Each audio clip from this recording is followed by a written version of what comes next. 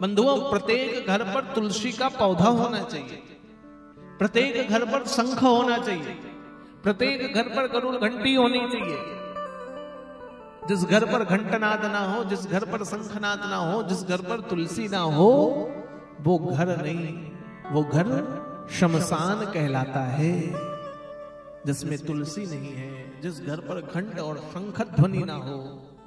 इसलिए शंख हो, एक ही होना चाहिए। ऐसा नहीं पुरी गए तो पुरी, द्वारिका गए द्वारिका से ले आए, और वहां गए वहां शंख एक हो, घंटी एक हो, पूजा का घर का मंदिर एक हो, भगवान की प्रतिमाएं एक हो। हम लोगों ने देखा, लोग बाबा धाम गए तो एक बाबा, सोमनाथ गए तो दूसरे बाबा, उज्जैन गए तो तीसरे बाबा, रामेश्वरम गए तो चौथे बाबा, और 10-15 बाबा जी की फोटो।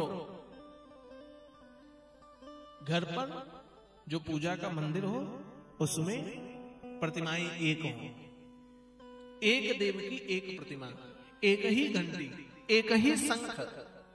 वाम और दक्षिण दो रख सकते हैं, लेकिन एक शंख, दोनों प्रकार के एक एक। तुलसी दोनों हो सकती हैं।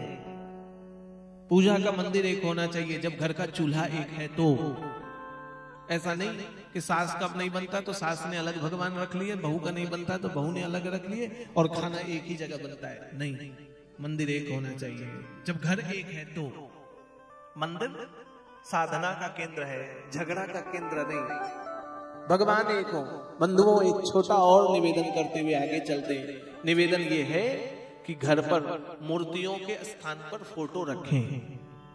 अंगुष्ठ बराबर इससे बड़ी शिवलिंग घर पर नहीं होना चाहिए, और 8 अंगुल से बड़ा, 8 अंगुल लगभग 1 बित्ता, इससे बड़ा घर पर मूर्ति नहीं होना चाहिए।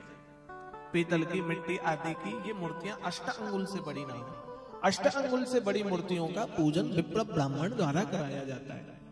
इसलिए घर की मूर्तियां कितनी बड़ी हो? 8 अंगुल जितनी, 8 अंगुल, और अंगूठे जितना बड़ा शिवलिंग, ये हम पूजा कर सकते हैं। बड़ी मूर्तियों की पूजा ब्राह्मण द्वारा की जाती है, उनका भोग प्रसाद नैवेद्य का नियम है।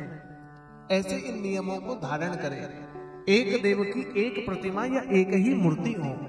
टूटी फूटी मूर्तियां, टूटे फूटे फोटो नहीं रखी जाती घर पर, उन्हें विसर्जित कर दें। घर में पूजा का स्थान उत्तर और पूर्व का कोना होता है, इसलिए उत्तर पूर्व के कोने पर घर में पूजा का स्थान बनाएं। पूर्व और दक्षिण के कोण पर चूल्हा चौका रखें। दक्षिण और पश्चिम के कोने पर घर का स्वामी रहे। पश्चिम और उत्तर के कोने पर नैऋत्य, वहां फिर स्टोर रूम, वहां शौचालय आदि, टैंक वगैरह उधर हो। ये घर का वास्तु है। पूजा की विधियां श्रेष्ठ हो। पहले भगवान ईशान पर भगवान शंकर हो, फिर देवियां हो। पूर्व से आरंभ करें, पहले भगवान शंकर, फिर देवियां, फिर नारायण, फिर अन्य देव, फिर गुरु आदि का स्थान हो। ऐसा एक कोने पर भगवान शंकर, फिर जगत जननी जगदम्बा दुर्गा, फिर भगवान के परिवार के गण, फिर नारायण मध्य में, फिर लक्ष्मी मध्य में, फिर और हनुमान आदि दरबार है वो अलग, राम दरबार वो इधर। ऐसे क्रम होता है। पूजन करें। एक छोटी सी बात करते हुए, क्योंकि समय भी आगे बढ़ता जा रहा है।